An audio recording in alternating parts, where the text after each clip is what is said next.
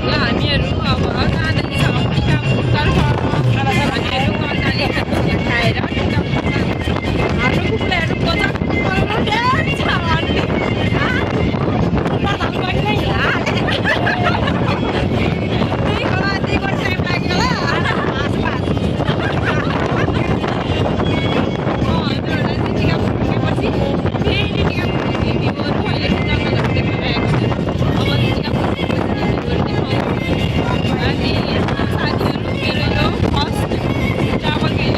मेरो सिटको झ्यालबाट हजुरहरूलाई थोरै थोरै भ्यू देखाउँदै म चाहिँ पश्चिमतर्फ लागेँ।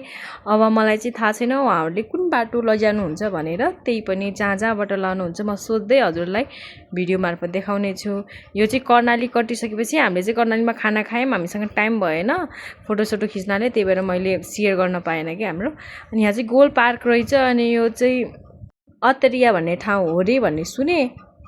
अनि यसले चाहिँ लेफ्ट राइट चारवटा दिशातिर जाने थियो, जुन हामी आइरहेको थियौँ कर्णाली भयो अनि उता रनगढी रे अनि उता महेन्द्रनगर अनि यतातिर चाहिँ गोदावरी जाने बाटो थियो नि। हामीलाई चाहिँ उहाँहरूले गोदावरी लैजानको लागि घुमाउनु भयो। अनि जङ्गलको बिचमा पानी ट्याङ्की के अनि हामी सक अनि भगवान्को मूर्ति थियो त्यहाँ चाहिँ शिवजी भगवान्को। अनि यस्तो राम्रो जङ्गलको त्यो पत्ताहरू खसेर नि नयाँ हरियो पत्ताहरू पलाउन स्टार्ट भएको अनि कस्तो राम्रो देखिरहेको के बाटोघाटोमा सबै।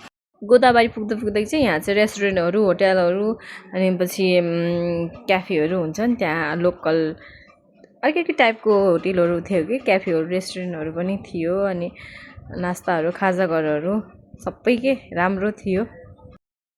हामीहरू गोदावरी आइपुगेको छौँ साथीहरू। ल यहाँ चाहिँ गुम्बा बन्दै रहेछ अनि मम्मीहरू चाहिँ अगाडि हिँड्नु भएको छ, म चाहिँ पछाडि छु। म त तपाईँलाई अहिले गएपछि गोदावरी देखाउँछु। यहाँ चाहिँ हाम्रो बाटोहरू चाहिँ यस्तै छ। अहिले नै यस्तो पुल यो काठको देखिरहेको छु है, यो काठ चाहिँ मेरो फर्स्ट एक्सपिरियन्स हो। अनि यहाँ चाहिँ क्यामेराम्यानहरू पनि हुँदैछ। यो चाहिँ भाइरल पुल भन्छ, गोदावरीको भाइरल पुल होइन।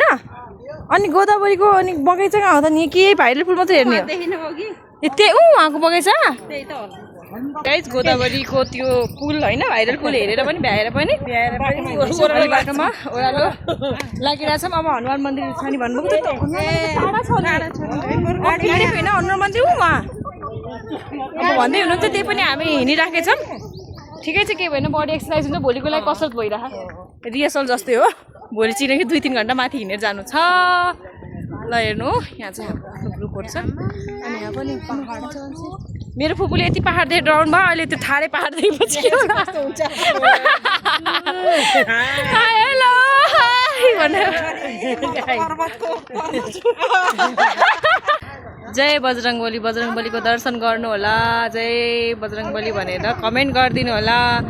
ल हेर्नु मैले यति ठुलो मूर्ति त देखेको छैन, नेपालको पनि बन्दैछ, तर यति अल्गो मूर्ति चाहिँ मैले आफ्नो आँखाले चाहिँ देखेको थिएन, भिडियोमा चाहिँ देखिथेँ तर आँखाले देखेन। श्री राम जानकी हनुमान मन्दिर प्रवेश। अनि म चाहिँ हजुरहरूलाई अरू भिडियो चाहिँ कन्टिन्यू दिनेछु। जय श्री राम लेखिदिनु होला।